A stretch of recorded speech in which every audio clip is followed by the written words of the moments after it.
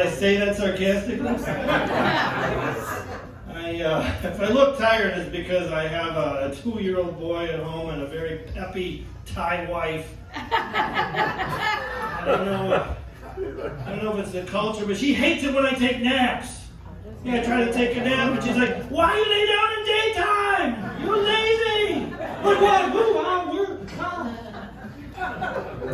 Even the baby, she's like, "You're a lazy baby." He's not a lazy baby. And my wife, oh my gosh. I'll tell you this much. It's a terrible idea to take your wife with you to the doctor. Yep. Right? Okay, you guys know? Yeah, because doctors have questions, right? Like, do you exercise? My answer is, yes, doctor, I do exercise. But no, my wife pipes up. Oh, no, he don't exercise. No, oh, in fact, he pay every month for LA Fitness and he never go. He's lazy and he wastes the money. How about your diet? Do you eat properly? Yes, doctor, I do eat properly. No, he ate fast food. Oh, I find a receipt for Taco Bell in the car. I find a French fry under the seat. I know. He ate fast food. The doctor's writing all that down. And I can't argue either. I'll look like a psychopath if I start to argue. I'm like, so I just have to let it go. And then the doctor asks, how about smoking? Well, that one's easy because I've never smoked cigarettes in my life. But no, she starts saying, oh no, he smoked a cigar. He smoked a cigar. Oh, and doctor, he smoked pot. Oh yeah, he smoked a lot of pot. No, he pothead. He eat Captain Crunch. He watched cartoon all day. Oh, this is going on my record. Then comes the drinking questions. Yeah, nobody can answer the drinking questions at the doctor's without lying. You have to lie. They're all multiple choice, and you have to lie. Because what are they? How many drinks do you have in a week? 1 to 2? 2 to 4? 6 to 10? Like 10 drinks is the most they can imagine anybody having in a whole week. Why? She's like, oh, he drink a lot. He Irish. Oh, he drink 10 drink at lunch. He drink a whole bottle. He gug it down, gug. He run around naked in the backyard. I don't know what he's doing out there. So the doctor's like, okay, Mr. Devlin, here's what we're going to do. I want you to watch your smoking and diet, and I want to see your wife back here in 8 weeks. How you're doing. Yeah. And she loves to buy T-shirts too with sayings on them, but she doesn't know what they say usually. Like she bought me a shirt that said "World's Best Grandpa," and we didn't even have any kids yet. And then she bought a shirt that said. She loved it. It had a little picture of a hamburger on it. And she says, oh, everyone loves this shirt. Oh, everyone say congratulations to me. And they want to touch my belly. I'm like, that's because the shirt says bun in the oven. It means you're pregnant. That's why they're saying that. And then she bought a shirt that said, I love my husband. Which that's pretty cute, right? Except she bought it for me. She wouldn't understand why I won't wear that shirt. I love my husband. Why don't you wear that shirt? I'm like, you explain it to her, sir. You tell her why I can't wear that shirt.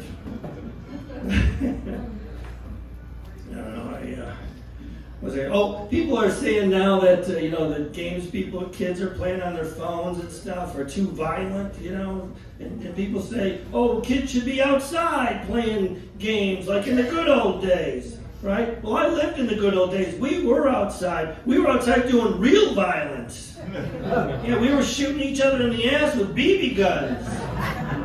We were outside. We played games like throw the knives at each other's feet to see who could come the closest, who was the bravest. Yeah, the bravest kid was 4 toes.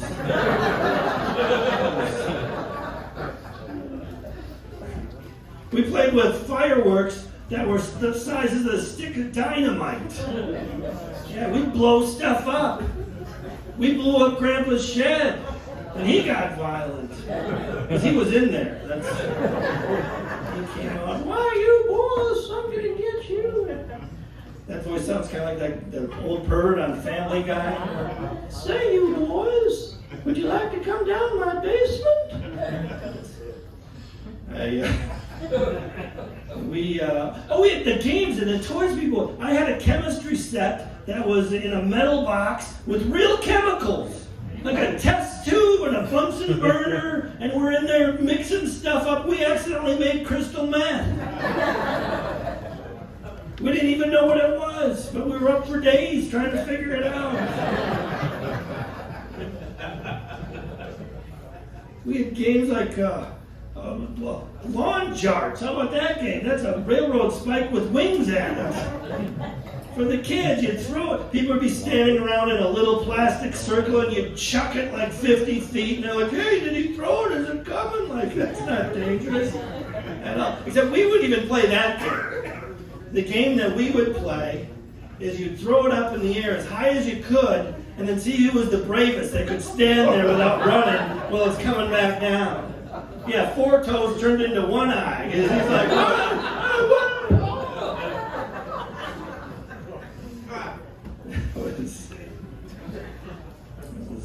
that was the good old days.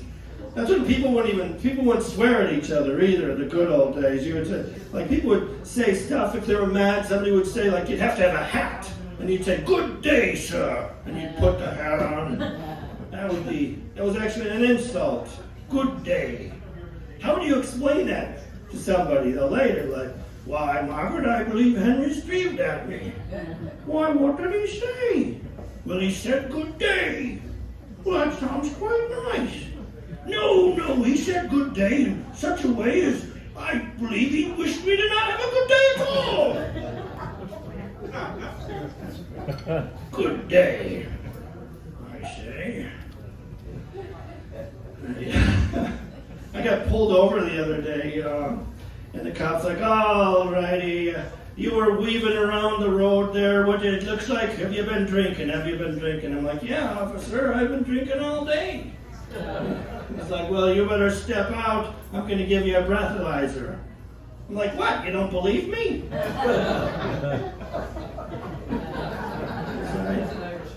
I'm an Irishman. Yes, she's explaining it to people. You see, the Irish, they drink. I do drink a lot. When I see the road signs, they say, "Drive sober, don't drink and drive." I think to myself, well, it's a little late for that. I have a few drinks. I don't know. You know you have a little. You drink a lot when you're in a room with your friends and they're talking about getting DUIs, and I just casually mentioned, I never got a DUI, and the whole room collectively was just like, "What?" Like, hey, come on, it's not that unbelievable, is it? It's like you guys don't even believe me. I didn't say I never didn't get away with it. I got away with it. Back in the good old days, they'd let you go. "All right, Mr. Devlin, we'll let you go." Yeah, all my cops are like on the Flintstones. They're Irish. I don't know. I've been drinking since I was 4. My first steps were 12 steps. Other kids played with a barrel of monkeys. I just kept trying to figure out how to tap that little keg.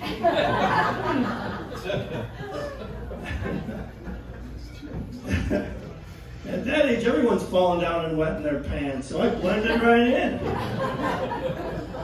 The teachers just thought I really liked nap time. And Sunday mornings, my dad would wake me up like this. "Bill, get up for church. God damn it." Yelling at church. Every time, when it came time to break the bread and drink the wine, my family was the only ones that brought our own. Yeah, we're the only ones doing communion out of a paper bag. We spent the whole afternoon doing Jesus shooters with priests. It was peppermint schnapps. Yeah, some of you know peppermint schnapps, right? Yeah. Yeah. The only good thing about peppermint schnapps is when you throw up, it smells like Christmas.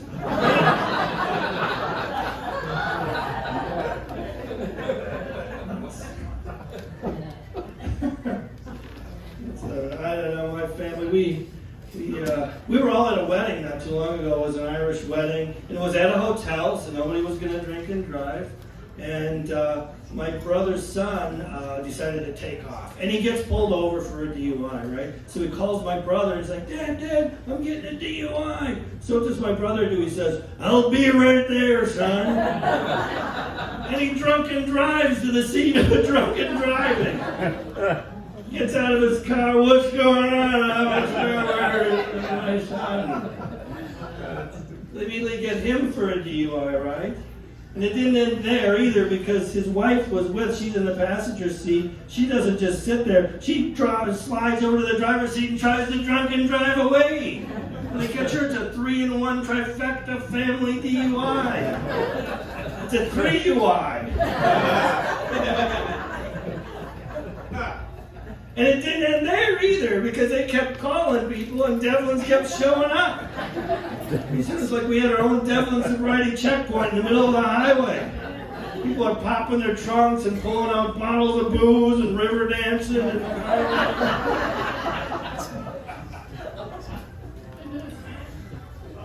And they didn't have enough cops to catch everybody. My uncle got caught because he passed out in the trunk of the cop car. We found him in the morning. No, we got one of them. We got one of the Devlins. I'm sorry, I'm getting a phone call. I normally wouldn't take a phone call in the middle of a show, but it seems like it might be an important call. It's a Mr. Jameson call.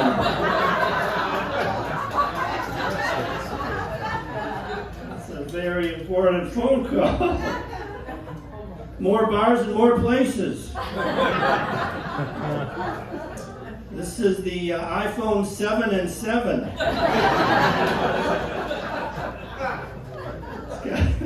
It's got a phone on the back. You can take a shot. Literally, you can take a shot. You see, it's boy, yeah. These iPhones are addicting. Thank you. Cheers. Cilantro. You could recharge it. This thing is it's worked quite a bit. What'd you say, sir? Did you sneeze? I don't know. Here. Maybe it's the shot.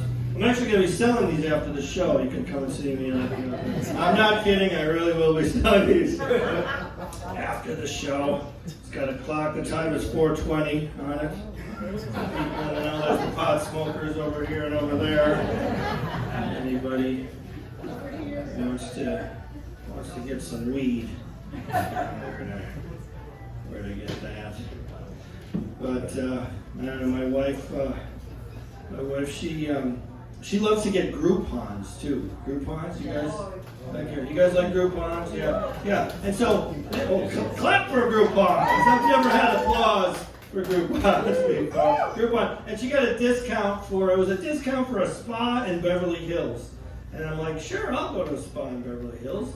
So she's like, okay. So we go to the spa, and then she checks in, and then they put me and the lady's like, come with me into this room. And it's this weird little room. There's a room with some machinery in there, and there's a bed. And the woman's like, okay, Mr. Devlin, take off your pants and sit on the bed. This is a weird damn spa. What the hell? But I'm a guy, so I do it because I want to find out, you know? So on the bed, then she starts wheeling this machine up to me. And she's like, oh, I think I could tell her. The surprised look on your face, Mr. Devlin. Your wife didn't tell you what this was, did she? I'm like, she said spa? Oh, no. Here's what I found out. My wife said spa because she couldn't pronounce hydrocolon therapy. Okay, you guys know what that is. I never even heard of it. I'm like, she's like, this is hydrocolon therapy, Mr. Devlin. I'm like, what's that? She's like, you're about to find out. And they stick a tube in your ass. and fill you up with water. They fill you up with water, and then somehow, like some magic trick, it comes back out. It supposedly cleanses you. I don't know what the hell's going on, but it's a surprise hydrocolon therapy. Most people are having a cheesecake or a creme brulee. I'm sitting there with a tube in my ass. And then the lady starts pointing out, the tube is clear where it's coming out. That's ridiculous. I hope you're done with your meal. The tube is clear, and she's pointing out stuff that's coming through, like loose change is rattling through there. She's like, oh, look at that, Mr. Devlin. Like car keys are going through there. Bubble gum from when I was 10 years old. I'm like, it's true, but Jimmy wasn't lying. It's a Groupon. I don't know. I'm afraid of Groupons now, to be honest with you. If your iPhones are on right now, you're all going to get things of saying, get a hydrocolon therapy. I stay away from deals now. I'm afraid. I got PTSD deal.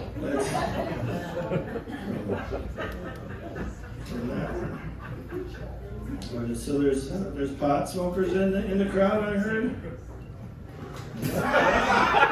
One guy.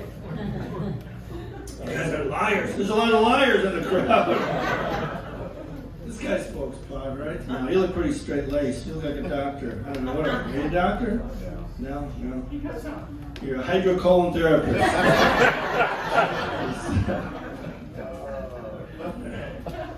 Or once, my mom never used to check my pockets in my jeans, and one time she washed my stash.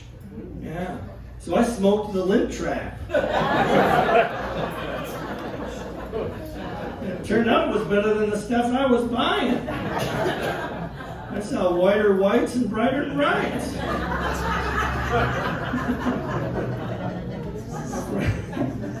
People are like, hey man, you want to get high? I'm like, yeah, let's bounce.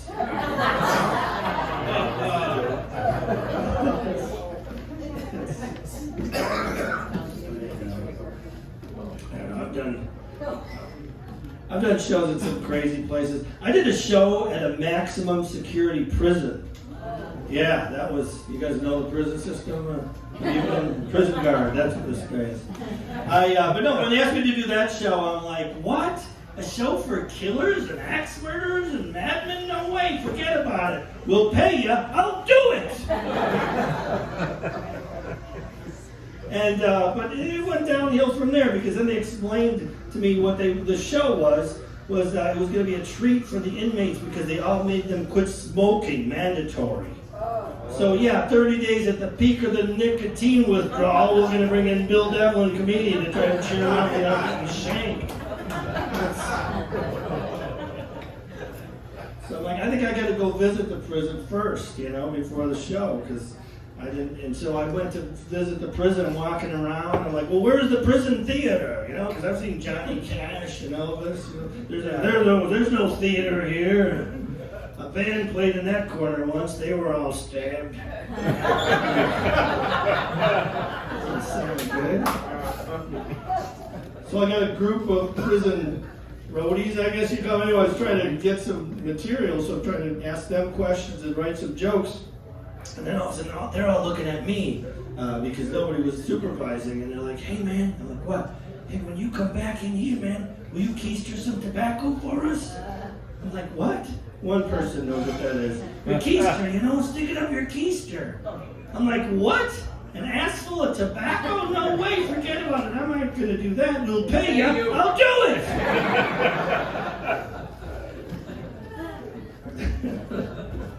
And when I got to the prison, they were mad. The inmates were upset because, nobody told me I was supposed to wrap it up or put it in a balloon or something.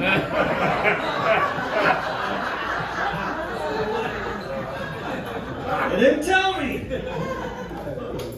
I think I devalued it. Yeah, they're just walking around. Hey man, what are you smoking? Oh, it's a Bill Devlin. It tastes like Thai spices and Irish whiskey.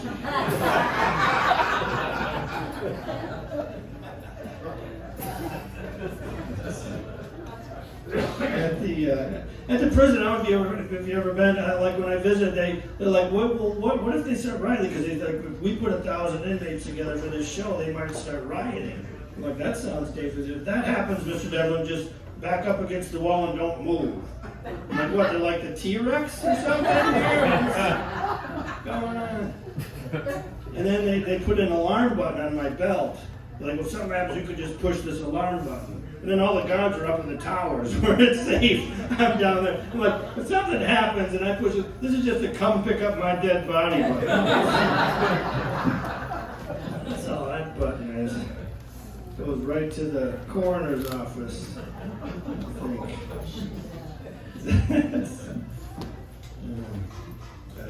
Why do they make liquor so delicious? Here's a question for you. Pot smoker wakes up in the morning, just starts hitting, he hits a pot. He's still just a pot smoker. But a guy like me wakes up and you just start doing shots of Jameson. All of a sudden, oh, he's an alcoholic. Why the labels? Okay, not funny. Am I at an alcoholics convention here? What happened to that one? Well, they're not all gems, folks. What was I going to tell you about? Oh, I was going to tell you about this. So I mentioned I have a 2-year-old kid, and yeah, he's probably going to think I'm his grandpa, because I'm a little late with a 2-year-old. But I'll just tell him I'm grandpa.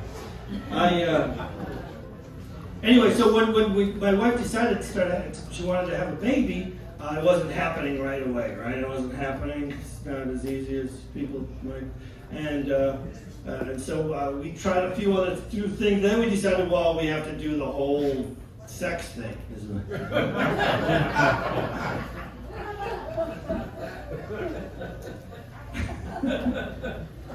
But so they blame the guy. I don't know why they blame the guy. They blame the guy right away. So all of a sudden it's my fault. I got to go get tested. And yeah, because my wife's like, oh, it's your fault. You drink too much. Oh, sperm is probably drunk. You're drunk and swim the wrong way. Like, I don't think that's how it works. But I'll go get tested. So I go get, I go to the, and she wants to save money on this. Insurance doesn't cover this, so we end up at the lab. She somehow got a deal where I go right to the lab to get tested, right? So they hand me a cup, you know, well, it wasn't quite that big of a cup. But then they're like, we don't have a place for you to do this, Mr. Devlin. We're in the lab. And I'm like, what? Because I've heard stories like about guys that go get the test. They're like, oh my gosh, you go there and there's magazines and a movie playing and a hooker whore in the corner and anything you need. You know, but no, I'm at the lab. So they decide I go into a janitor's closet. Oh. They put me in a janitor's closet. Right? And the door didn't even lock. Like if somebody opens that door, they just think it was a janitor and they're whacking off the ShamWow. But I'm in the janitor's closet, and it's dark in there, and I gotta do this thing, and so I'm looking around, and I'm like, what am I gonna do? I see like some rags. I'm like, oh, you dirty rags. Rags. I see a mop. I'm like, oh, you mop, you skinny mop with scraggly hair. Mr. Clean. No, that's a different show. It's wearing an I Love My Husband t-shirt. And then my eyes start to come into focus, and I see a picture on the wall, and then I realize it's a woman, and her name is Doris, and then Employee of the Month. And I look a little closer, and it's like, she gets the job done. Like, more than you know, Doris. More than you know, Doris. You'll get the job done. All right, I'm gonna. It's a fun night. I love you guys. You're a nice crowd. I really will be selling cell phones at the $20. Come on, cash. It's worth $40. Put 4 shots in there. That's my sales pitch. My wife's hometown in Thailand is called Ding Dang, Thailand. Right? And we're driving around and I realized you can't say anything about this town without sounding like an old southern guy trying not to swear. You know, like, I was driving my car to the Ding Dang market, but I got pulled over by the Ding Dang police. They gave me a Ding Dang ticket. I had to go to the Ding Dang court. The Ding Dang judge gave me a Ding Dang fine. Ding dang it! Now the ding dang cell phone fall down! Can't do nothing in this ding dang town! Ding dang it! And the funny is, my wife hates that joke because she feels ding dang is not her real hometown. Don't do the ding dang joke! Like, if she knew I did that joke, she'd probably kick me in the ding dang. Alright, that's it for me. I'm Bill Devlin. Thank you very much.